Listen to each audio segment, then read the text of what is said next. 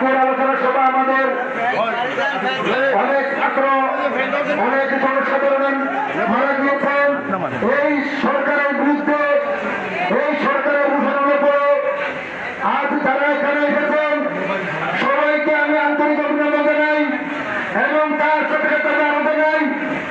যারা এখানে উপস্থিত হয়েছেন ও আমার অতি অক্লান্ত পরিশ্রম করে যারা এখানে এসেছেন সবাইকে আমি অভিনন্দন জানাই। আমি রাজপথের একজন সৈনিক, আমি রাজপথের একজন সৈনিক ছিলাম। আমি অনেক কষ্ট করেছি রাজপথে, এই 30 রাজপথেই ছিলাম। আমি এতটুকু বলতে চাই যারা আছেন আমার মুখের কথায় আমার মুখের ব্যবহার নিজে কষ্ট পেয়ে থাকেন। আমার নেতা শহীদুল ইসলাম পিটু ভাইয়ের খুশিরা সবাই আমাদের ক্ষমা করবেন। আমি আরো বলতে চাই এই রাজনীতি করতে গিয়ে কিছু প্রতিবার সন্ত্রাসী মুসলমান বলছিলাম আমার থেকে একটু 5 মিনিট সামনে এই সন্ত্রাসী কারণে আমি 17 বছর এলাকা থেকে বিতাড়িত ছিলাম। আমার মা মারা যায় আওয়ামী লীগ ক্ষমতা আসার পর মারা যায়। আমার মাকে আমি খবর দিতে পারি নাই, জানা দিতে পারি নাই।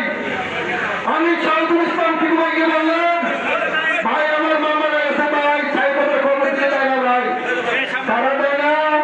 ওই সন্ত্রাসীরা তারা আজকে নাই, কিছু আছেন তারা চক্র কেন? কারণ শহীদুল ইসলাম পিটু ভাই মাঝারুল মিত্র ভাই সে বললো আমাদের নয়াবাটির অবস্থানে খবর তোর মারো, সেখানে সাইনবাজার খবর দিব, সেখানে খবর আমি দিতে পারি। আমি সব আমার মাল রাস্তিয়া আমি আমি সাইনবোর্ড দিয়ে ঘুরে তালপুরি দিয়ে ঘুরে করছি।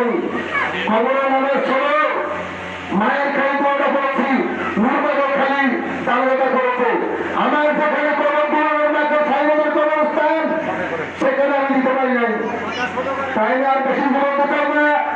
তারা ওই সন্ত্রাসী আছেন, সতর্ক হবেন, ওরা ফুলপিন চলবে না, ওরা খারাপ চলবে না।